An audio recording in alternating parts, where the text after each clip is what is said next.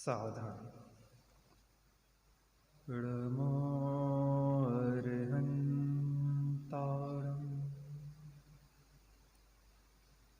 विडमोऽसिद्धाणं विडमोऽयरीयाणम्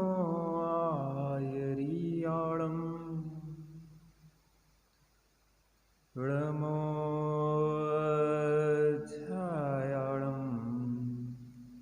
विडमोऽलोये सर्वसाहुलम्।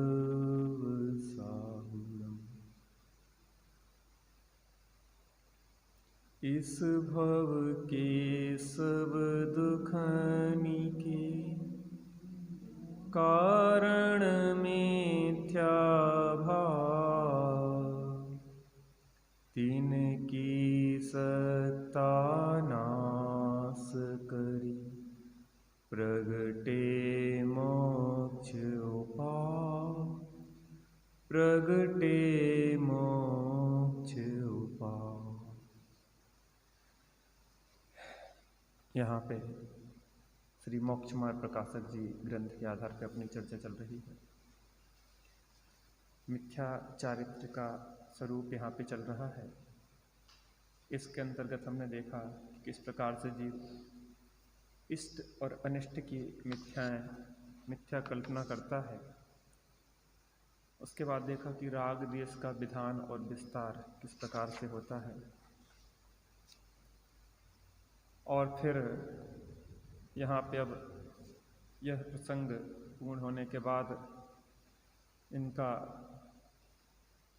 तीनों का मिथ्या दर्शन, मिथ्या ज्ञान, मिथ्या चारित्र के संबंध में भूल होने से, अर्थात मिथ्या दर्शन, मिथ्या ज्ञान, मिथ्या चारित्र के परिणमन से किस प्रकार से जीव संसार में भटकता है, यहाँ पे इसका संक्षेप में अब चर्चा करने जा रहे हैं। पृष्ठ क्रमांक 93,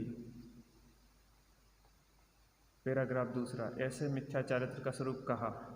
इसके नीचे से पढ़िए आप।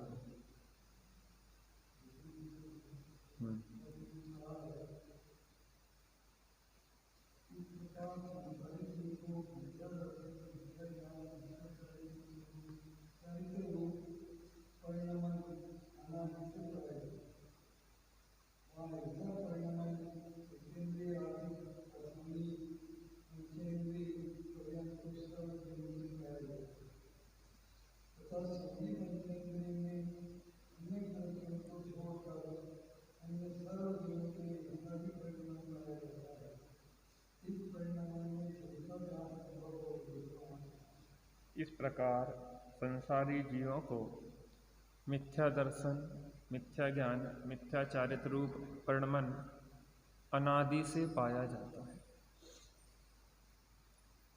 इस प्रकार संसारी जीवों को, संसारी जीव माने हम संसार में हैं, संसार में भटक रहे हैं। और संसारी का मतलब संसारी मिथ्या दृष्टि जीवों को लगाया कर, क्योंकि सम्यक दृष्टियों को तो यह मिथ्या दर्शन ज्ञान चारित्र होता ही नहीं है।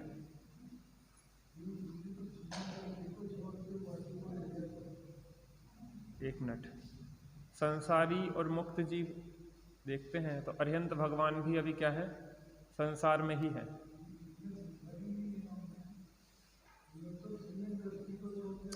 अभी तो ऊपर की लाइन का अर्थ कर रहे हैं, वो नीचे आएगा अभी। इस प्रकार संसारी जीव को, संसारी का अर्थ कर रहे हैं अभी। संसारी का मतलब क्या है? दो प्रकार के जीव होते हैं, संसारी और मुक्त। मुक्त जीव कौन है?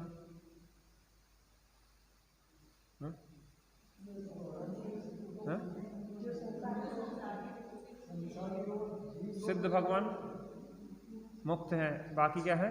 संसारी। अरिहंत भगवान भी अभी संसारी है किसी अपेक्षा से, क्योंकि अभी 4 अघाती कर्म है और अभी भी संसार माने संसार का अर्थ वो नहीं लेना, संसरण इति संसारा, वो नहीं है। संसार माने यहीं पे है अभी अपने बीच में। तो यहाँ पे मिथ्या दृष्टियों की बात लेना मात्र, यहाँ सम्यक दृष्टि की भी नहीं लेना। इस प्रकार संसारी जीवों को मिथ्या दर्शन ज्ञान चारित्र रूप परिणमन अनादि से पाया जाता है। किसके पाया जाता है? संसारी जीव के। संसारी माने अज्ञानी मिथ्या दृष्टि जीव के अनादि काल से मिथ्या दर्शन ज्ञान चारित्र रूप परिणमन पाया जाता है। किसको पाया जाता है? मिथ्या दृष्टि अज्ञानी जीव को। ठीक है, वहां ऐसा परिणमन एकेंद्रीय आदि असंगी पंचेंद्रीय पर्यंत तो सर्व जीवों के पाया जाता है। एकेंद्रीय से लेकर असंगी पंचेंद्रीय तक मिथ्या दर्शन, मिथ्या ज्ञान और मिथ्या चारित्र का परिणमन सर्व जीवों के पाया जाता है। एक इंद्रिय, दो इंद्रिय, तीन इंद्रिय, चार इंद्रिय और असैनी पंचेंद्रिय तक सर्व जीव ही के मिथ्या दर्शन, मिथ्या ज्ञान और मिथ्या चारित्र रूप परिणमन पाया जाता है। ठीक है, तथा संगी पंचेंद्रिय में सम्यक दृष्टियों को छोड़कर अन्य सर्व जीवों के ऐसा ही परिणमन पाया जाता है। अब देखो, सम्यक दृष्टि जीव के माने सैनी पंचेंद्रिय में भी सम्यक दृष्टि को छोड़ के बाकी जितने मिथ्या दृष्टि जीव हैं उनमें भी मिथ्या दर्शन, मिथ्या ज्ञान और मिथ्या चारित्र का परिणमन पाया जाता है। नहीं मेरा लगता है आपको 93 नंबर पेज पे दूसरा पैराग्राफ है, मिल गया? ऐसे मिथ्या चारित्र का स्वरूप कहा, सभी जीव आ गए, सब आ गए। अन्य सभी जीवों को ऐसा ही परिणमन पाया जाता है। इस परिणमन में जैसा जहां संभव है वैसा वहां जान लेना। जैसा जहां संभव है माने जिस जीव को जिस प्रकार से मिथ्या दर्शन ज्ञान चारित्र का परिणमन संभव हो वैसा जान लेना। एक इंद्रिय की अलग स्थिति बनेगी, दो इंद्रिय की अलग अलग स्थिति बनेगी, लेकिन सर्व जीवों के पाया जाता है। आगे पढ़िए यहां से महिला वर्ग से, यहां से महिला वर्ग से बोला।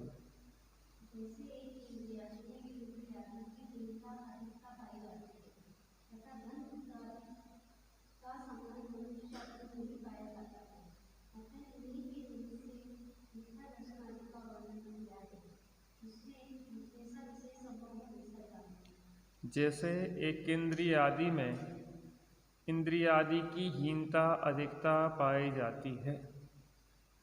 एक इंद्रिय आदि माने असैनी पंचेंद्रिय तक इंद्रियों की हीनाधिकता पाई जाती है। एक इंद्रिय को कितनी इंद्रियां होती है? दो इंद्रिय को दो, तीन इंद्रिय को तीन, चार इंद्रिय को चार, असैनी पंचेंद्रिय को भी 5 इंद्रियां होती हैं, मन नहीं होता। तथा धन पुत्र आदि का संबंध मनुष्य आदि में ही पाया जाता है। धन पुत्र आदि का संबंध किसको पाया जाता है? मनुष्य आदि में ही पाया जाता है। अतः इन्हीं के निमित्त से मिथ्या दर्शन आदि का वर्णन किया।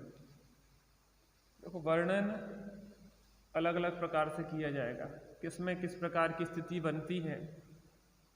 धन पुत्र कुटुंब आदि का संबंध तो मनुष्य को ही पाया जाएगा, तो उनको उस तरफ से वर्णन किया।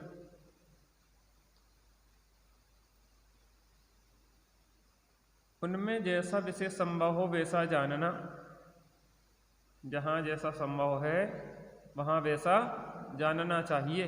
वर्णन क्योंकि जिसके जिस प्रकार का संयोग आदि देखा जाता है उस तरीके से वर्णन किया जाता है। आगे पढ़िए कोई नया व्यक्ति।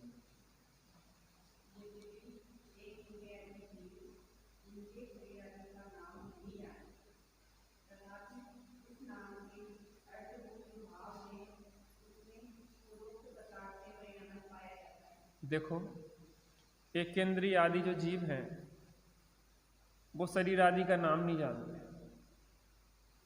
शरीर आदि का नाम नहीं जानते हैं, तथापि उस नाम के अर्थ रूप जो भाव है,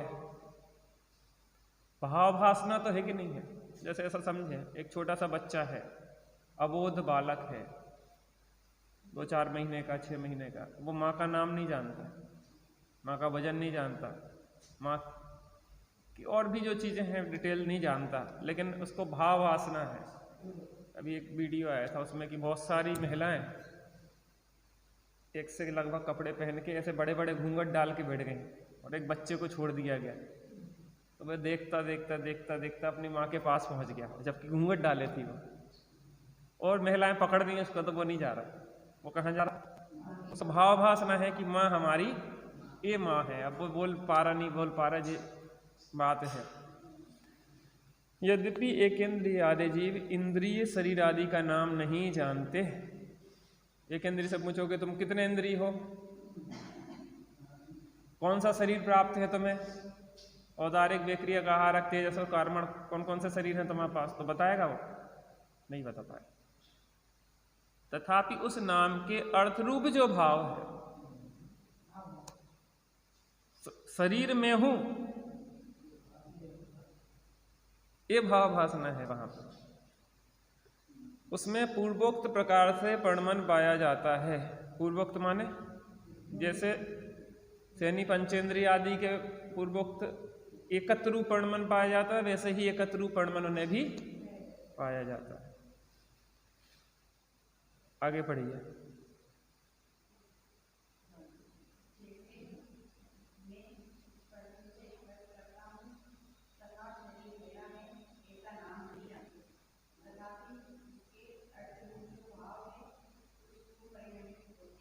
अब वो ये तो नहीं बताएगा कि मैं स्पर्शन से स्पर्श, एक इंद्रिय है तो वो ये नहीं बता पाएगा कि मैं स्पर्शन से स्पर्श करता हूं,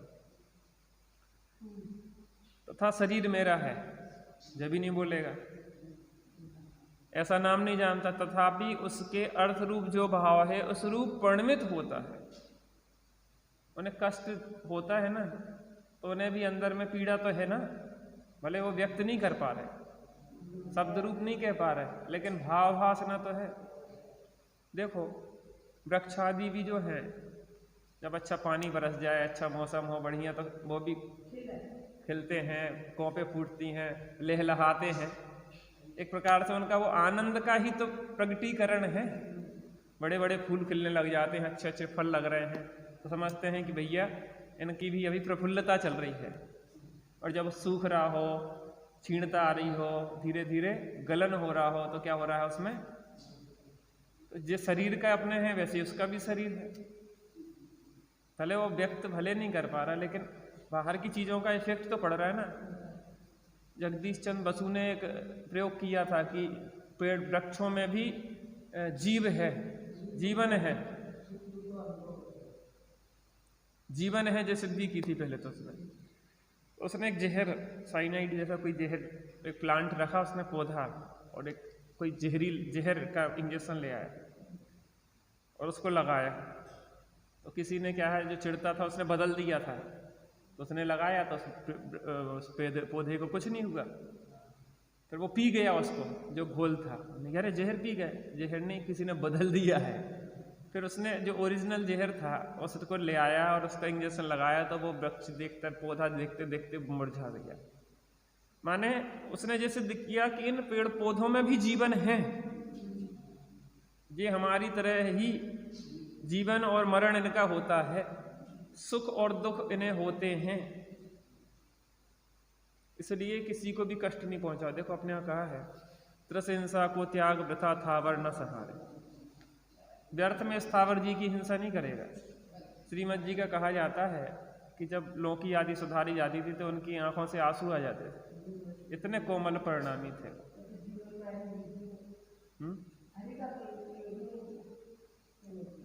मैंने पढ़ा तो नहीं है, लेकिन देखेंगे क्या है कितनी, मतलब इतना सा है कि जेनियों में तो नहीं करना होती, अपन बड़ा फल क्यों नहीं खाते, भले उसमें हिंसा नहीं है, क्योंकि उसके लिए बनाने में भाव थोड़े से कठोर होते हैं, कठोर होते हैं, उस कारण से अपने अंदर वैसे कठोर भाव नहीं होते। देखो अपने यहाँ शब्दावली भी ऐसी प्रयोग में लाई जाती है, काट दो ऐसा शब्द प्रयोग में नहीं आता जैनियों में, बना दो, सुधार दो, संवार दो, ऐसे शब्द प्रयोग में लिए जाते हैं, क्योंकि हमारे अंदर ऐसी कठोरता नहीं है कि हम किसी ऐसे कठोर शब्दों का भी प्रयोग कर पाए। क्योंकि काटना, पीटना, मारना, ये शब्द क्या है, उन लोगों कसाईयों में प्रसिद्ध होते हैं, काट डालो, मार डालो, पीट लो, अपन लोग वैसे शब्द भी, माने जैन अगर कोई नामधारी जैन भी है और जैन आज्ञा के अनुसार बाह्य जीवन भी जीता है अगर सरलता से, तो भी दुर्गति नहीं होती उसकी, भले सम्यक्त नहीं हुआ हो, स्वपर भेद विज्ञान ना भी हुआ हो, स्वानुभव ना भी हुआ हो, लेकिन वो अगर जैनोचित व्यवहार आचरण को भी अगर पालन करेगा तो दुर्गति से तो बच जाएगा।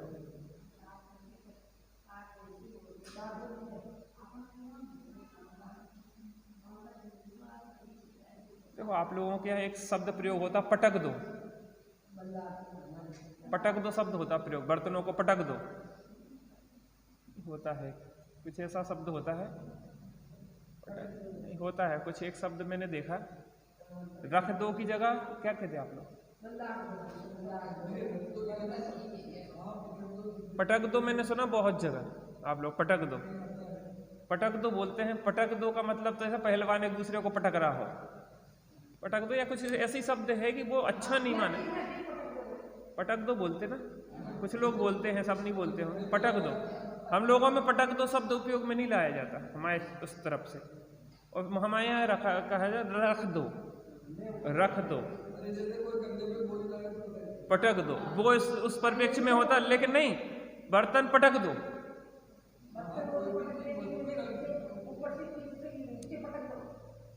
नहीं कुछ है एक शब्द मैं आपको बताऊंगा, आप वो प्रयोग करते हैं, हमारे यहाँ उसका निषेध किया जाता है, पटक दो ही है जहां तक वो शब्द कुछ लोग प्रयोग करते हैं। सामान रखने को, रख दो को क्या बोलते हैं आप?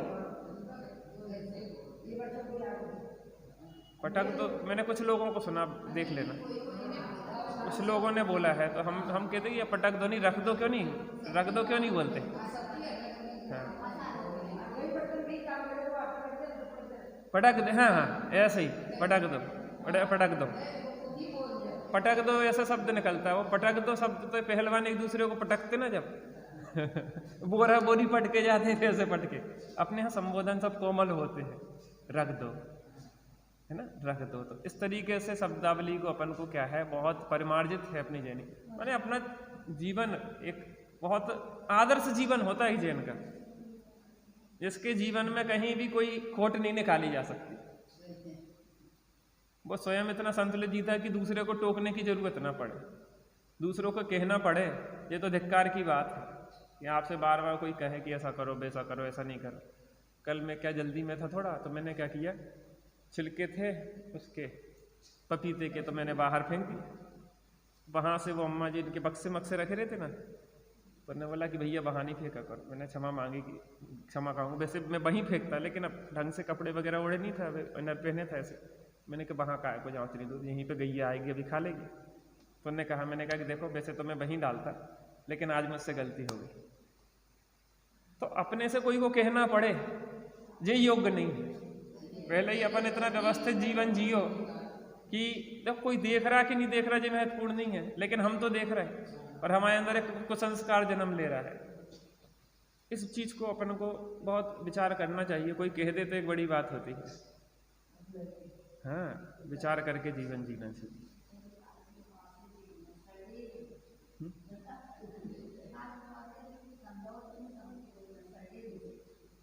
बहुत सारी चीजें ऐसी अपने जीवन में आती हैं।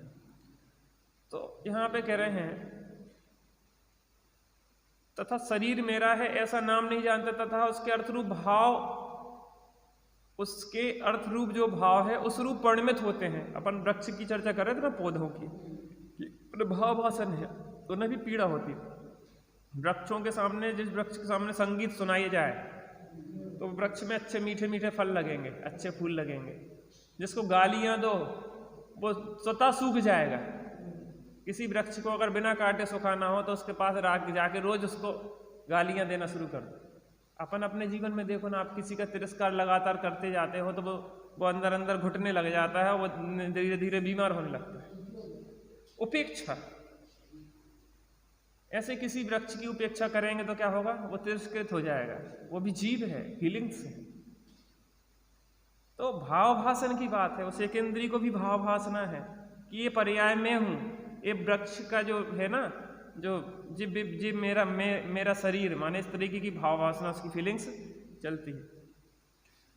तथापि उसके अर्थरूप जो भाव है स्वरूप परिणमित होते हैं।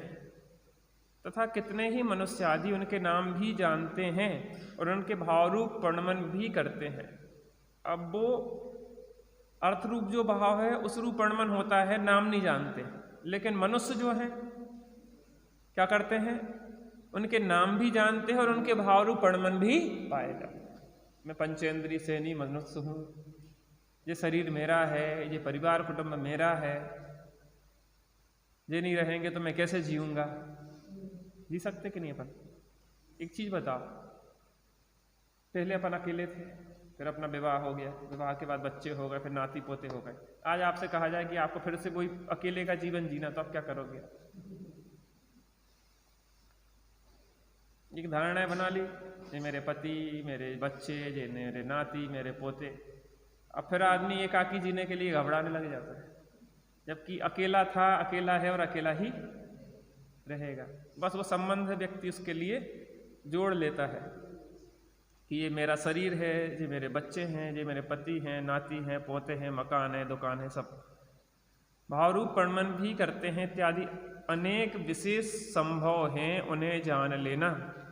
ऐसे मिथ्यात्वादी भाव जीव के अनादि से पाए जाते हैं, नवीन ग्रहण नहीं किए। देखो इस चौथे अध्याय में जो चर्चा है वो अग्रहित मिथ्या दर्शन, मिथ्या ज्ञान, मिथ्या चारित्र की है, जो एकेंद्रीय से लेके समस्त जीवों के पाए जाते। ग्रहित मिथ्यात्व मुख्यता से मनुष्यों में देखा जाता है और पूर्व संस्कार बस देवों में भी देखा जाता है, और कदाचित किसी त्रियंच को भी देख लेते हैं। पूर्व संस्कार बस देखे तो मड़िया के पास पहुंच जाएगा, पूर्व संस्कार बस हो जाएंगे। उसमें क्या है कि जहाँ पे कोई देवी देवता को, कुल देवता को मानता हो, वही त्रियंच वहां जाके चला जाए, हो भी सकता है। इसमें क्या है, पूर्व संस्कार बस। और देवादि को तो देखते ही है ना, ये बागेश्वर बाबा आजकल चल रहे हैं, उन्हें कौन कोई होंगे वहां पे, व्यंतर बन गए, व्यंतर बन के नाना प्रकार के कौतूहल करने लगे, तो ऐसा होने लगा। तो व्यंतर आदि के पूर्व संस्कार बस वहां भी देखे जाते थे, लेकिन मनुष्यों में मुख्यता से ग्रहित मिथ्यात्व देखा जाता है। बाकी अग्रहित मिथ्यात्व तो सर्व जीवों के ही, अज्ञानी जीव हैं जो मिथ्या दृष्टि उनके सबके ही पाया जाता है।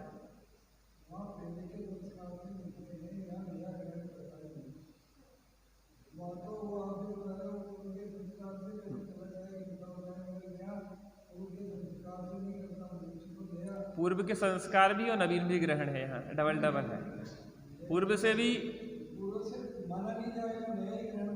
नवीन ग्रहण माना जाएगा, तो अग्रहित में पूर्व संस्कार आ जाएंगे और ग्रहित में नया आ गया है नहीं। बात ये दूसरे तरफ से करी जा रही, जो देवादि में है वो जो कुदेवादि का सेवन आदि के देखे करते हुए देखे जाते हैं, जो बाहर में गृहित मिथ्या जिसे कहते हैं, वो ग्रहित मिथ्यात्व रूप परमन पूर्व के कुसंस्कार आदि से कोई ब्राह्मण वो हो, हिंदू हो या ब्राह्मण हो या उस तरीके के कुल में माने जाते हो, तो वहाँ पे रहने लग जाए व्यंतर आदि, और वहाँ पे जाके फिर चमत्कार आदि दिखाने लग जाए, उनके प्रति विशेष रूप से लोगों को आकर्षण हो, इस कारण से कौतूहल दिखाने, जैसे महावीर जी हैं, तिजारा है, यहाँ में कोई जैन होगा व्यंतर आदि बन गया होगा, तो उसने उस तरीके कौतूहल दिखाने लग जाता है। वो कोई भगवान के नहीं है, वो व्यंतर आदि के हैं, भगवान के चमत्कार नहीं है। अधिकतर तो झूठे होते हैं 99%, लेकिन 1-8% कोई हो भी तो व्यंतर कृत हैं, कोई भगवान कृत नहीं मान लेना कि तिजारा के चंदा प्रभु कोई चमत्कारी हो गए।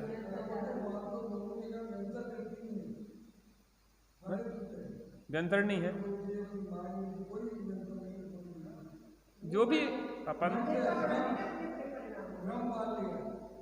दोनों चीजें हो सकती, व्यंतर भी हो सकते और अधिकतर तो भ्रम होते 99% जी तो बता रहे, लेकिन कुछ व्यंतर कृत भी हो सकते हैं। बात इसलिए उसका निषेध नहीं कर सकते हैं, जो बात है उसको समझना तो बराबर चाहिए अपन, है ना। चलिए अब मोह की महिमा गाते हैं अपन। मोह की महिमा देखो क्या मेरे मन में समाई, तूने अपनी ही महिमा भुलाई, तुझे अपनी ही महिमा नाई। चलिए पढ़िए कोई नया व्यक्ति।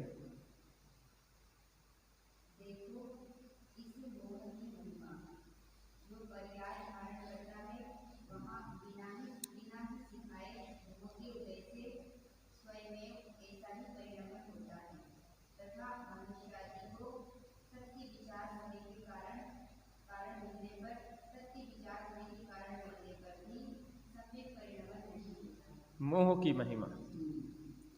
देखो इस मोह की महिमा, जो पर्याय धारण करता है वहां बिना ही सिखाए मोह के उदय से स्वयं में ऐसा ही परिणमन होता है।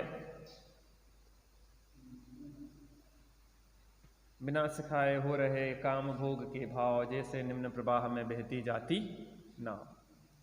किसको सिखाना पड़ रहा? ये कबूतरों को कौन सिखा रहा?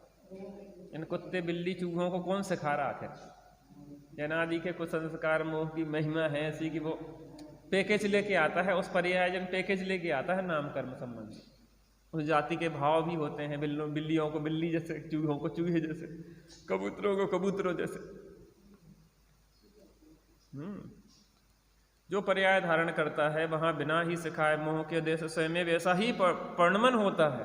मोह के उदय से, दर्शन मोह के उदय से, चारित्र मोह के उदय से ऐसा ही परिणमन होता है। उस पर्याय में एकत्र रूप परिणमन होता है, माने मोह के कारण, दर्शन मोह से। तथा मनुष्य आदि को सत्य विचार के कारण मिलने पर भी सम्यक परिणमन नहीं होता। अपने को तो अवसर है ना, जिन्हें अवसर नहीं मिला उनकी छोड़ो। अपने को तो सत्य विचार का अवसर मिला है, और सत्य विचार का अवसर मिलने पर भी अगर हम सत्य विचार नहीं करें तो फिर हम जैसा दुर्भाग्य कौन होगा। कितनी दुर्लभता से मनुष्य पर्याय मिली है, और फिर भी उस मोह को ही पोषण कर करके जीवन खोए दे रहे हैं। आगे पढ़िए।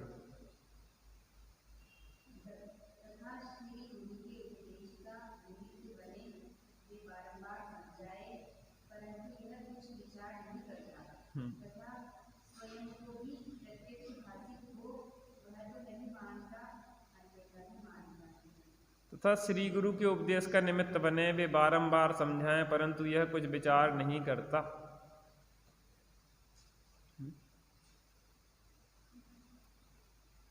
श्री गुरु दयालु होकर उपदेश दे रहे हैं, कहें सीख गुरु करुणाधार, ताहि सुनो भवी मन थिरता। परंतु यह कुछ विचार नहीं करता तथा स्वयं को भी प्रत्यक्ष भाषित होते हैं। अपने को प्रत्यक्ष भाषित नहीं होता कि ये शरीर अपने साथ जाने वाला नहीं है। अभी हम सुबह गए तो कुतिया ने बहुत सारे बच्चे दिए थे, एक बच्चा ऐसे ही डला था। हमने कि क्या सो रहा कि क्या कर, देखा तो मरा डला था। ऐसे आती हैं पर्याय में, और असमय में ही अधिकतर बच्चे तो शुगर हैं, कुत्ते हैं, इनके बच्चे तो असमय में ही अधिकतर मर जाते। 2 4 10 5 7 होंगे तो 2 3 बच पाएंगे मुश्किल से। कितनी समस्याएं, कितनी स्थितियां हैं संसार की। कोई खा जाता है, कोई गाड़ी के नीचे दब जाता है, कोई घायल हो जाता है, कोई क्या क्या स्थितियां हैं।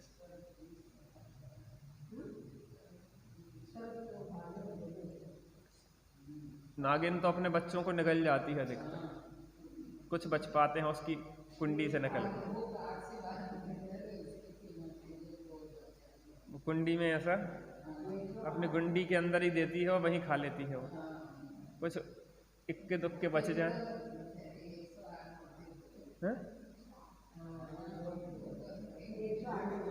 108 होते बच्चे, 108 बच्चे होते एक बार में, और नहीं 1000 होते मेरे से, 1000 होते 108 में, 1000 के लगभग होते बच्चे। 108 सुना आप लोगों ने? बचते लेकिन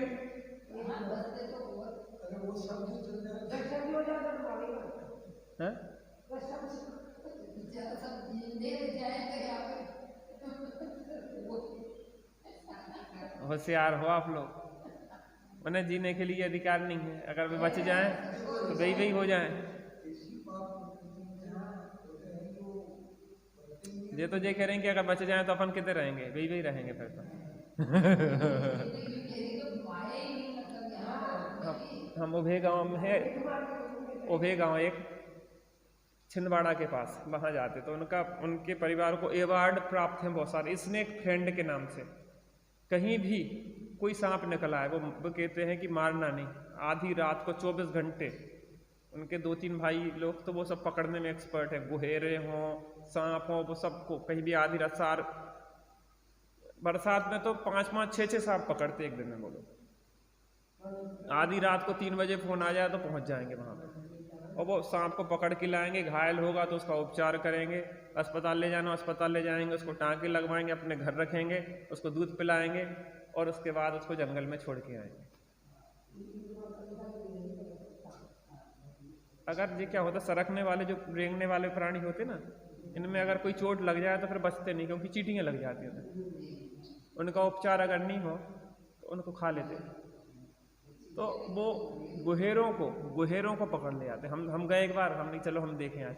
गुहेरा एक चौका में घुस गया था, उस प्लेटफॉर्म पे था, वो चिकना था तो चल नहीं पाते चिकनी जगह पे, तो गए वो, इनके पास चिमटा है लंबा दूर तक पकड़ने वाला, गए वो ऐसा पकड़ा।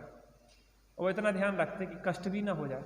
एक गुहेरे को उनने पानी में गिर गया, पानी पी लिया, पेट फूल गया। उसने क्या कहा, पेट से पकड़ेंगे तो बेचारे को कष्ट होगा, चलो एक काम करते पूंछ तरफ से पकड़ लेते हैं।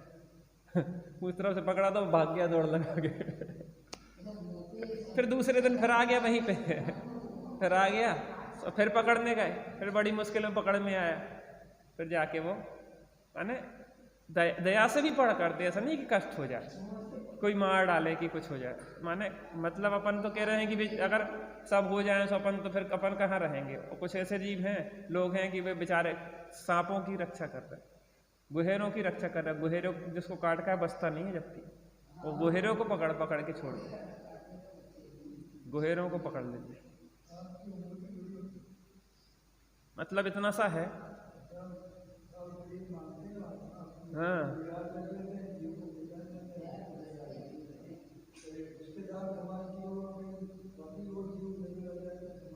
छोड़ते नहीं है वो।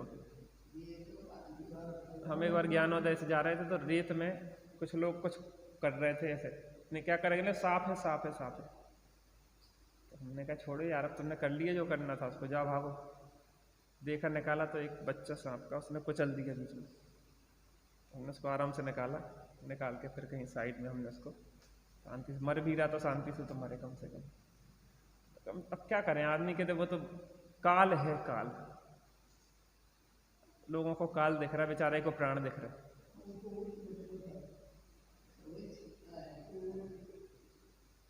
तो कह रहे हैं, तथा श्री गुरु के उपदेश का निमित्त बने वे बारंबार समझाए, परंतु यह कुछ विचार नहीं करता। स्वयं को भी प्रत्यक्ष भाषित हो, वह तो नहीं मानता, अन्यथा ही मानता है। श्री गुरु दया करके उपदेश दे रहे हैं, है? परंतु यह कुछ विचार नहीं करता। स्वयं को ही प्रत्यक्ष भाषित हो, वह तो नहीं मानता, अन्यथा ही मानता है। प्रत्यक्ष भाषित हो रहा कि नहीं हो रहा, ये सब भिन्न है। शरीर भी एक समय के बाद सबका छूटते ही है। अमृत पी के कौन आ गया, बताओ, कौन आ गया अमृत पी के? फिर भी हमें लगता है कि सब मर जाएंगे, लेकिन हम तो जिंदा बने रहेंगे। ये काय का प्रभाव है, मोह की महिमा बता रहे। अगर ज्ञान की महिमा नहीं है तो मोह की महिमा है हमारे अंदर। हम उसी का पोषण करने में 24 घंटे लगे, उसी को पोष रहे। अरे शरीर है तो अपना, कह तो रहे हैं कि शरीर भिन्न है, और अंदर में उसी की पुष्टि में शरीर स्वस्थ रहेगा, भैया कोई काम नहीं आत, अपनो शरीर ही अपने काम आत। इसलिए थोड़ा ध्यान रखो शरीर को, बुढ़ापे में खुद ही अपना शरीर काम करे तो चलेगा, दूसरों कोई पानी नहीं देगा भर के। है? अरे अंदर में बैठी है जो धसी हुई मान्यता है। 24 घंटे इसलिए तो शरीर में लगे रहते हैं, उसको सजाने संवारने, खिलाने पिलाने, उसको एक्सरसाइज करवाने, घुमाने दौड़ाने। मोह की महिमा ऐसे ही चल रही है। किस प्रकार वह कहते हैं, इसका मरण होने पर शरीर आत्मा प्रत्यक्ष भिन्न होते हैं। एक शरीर को छोड़कर आत्मा अन्य शरीर धारण करता है, वहां व्यंतर आदि अपने पूर्व भाव का संबंध प्रकट करते देखे जाते हैं, परंतु इसको शरीर से भिन्न बुद्धि नहीं हो सकती। इसका मरण होने पर शरीर आत्मा प्रत्यक्ष भिन्न होते हैं। देखते ही हैं शरीर अलग यहीं डला रह जाता, आत्मा कहीं निकल के चली जाती है। एक शरीर को छोड़कर आत्मा अन्य शरीर को धारण करता है, वहां व्यंतर आदि अपने पूर्व भाव का संबंध प्रकट करते देखे जाते हैं। हम देख रहे थे, वे भूत भगा रहे थे, कहले बोल तू कौन है, तेरे को यही मारेंगे नहीं तो। कहले मैं खुद नहीं आया, मुझे किसी ने भेजा है, मेरी कोई गलती नहीं है, मुझे छोड़ दो, लगाओ इसमें चमीटे, लगाओ साले की गर्दन पकड़ के पटको इसको। ऐसे पटके। तो व्यंतर आदि जो होते हैं तो पूर्व भाव के संबंध बता दें कि भैया हम इनके चाचा थे, हम इनके फूफा थे, इनकी माँ थे। माएँ भी कई बार उनको लग जाती बच्चों को, ज़्यादा मोह होता ना तो व्यंतरणी बन के लग जाती।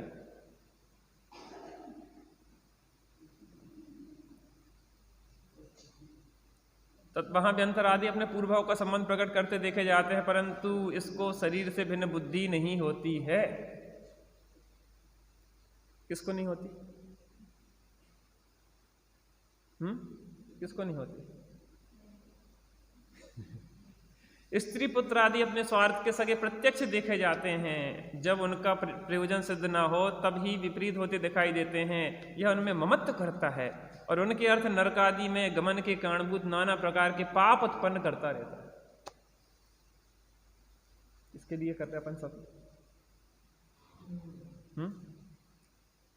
प्रत्यक्ष स्वार्थ के सगे। वो उंगली मार वाल्मीकि का आता, वाल्मीकि के जीवन का। वाल्मीकि ने साधु सन्यासी को पकड़ लिया और उनको बांधने की, हम तो मार डालेंगे, तो मार डालना, लेकिन पहले एक बात पूछ के आओ घर वालों से कि जो जितना भी पाप तुम कर रहे हो उनमें तुम्हारे सहयोगी होंगे कि नहीं होंगे? कहने क्यों नहीं होंगे? कहने पूछ तो आओ। गए, कहने काहे को हम होंगे सहयोगी, तुम जो करोगे तुम ही भरोगे।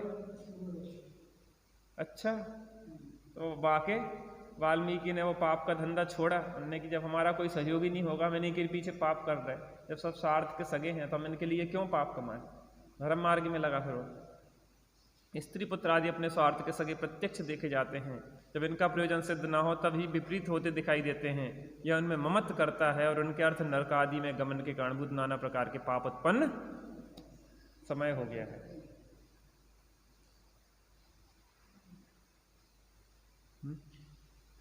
हो गया हमें हमने क्या हो गया दिया?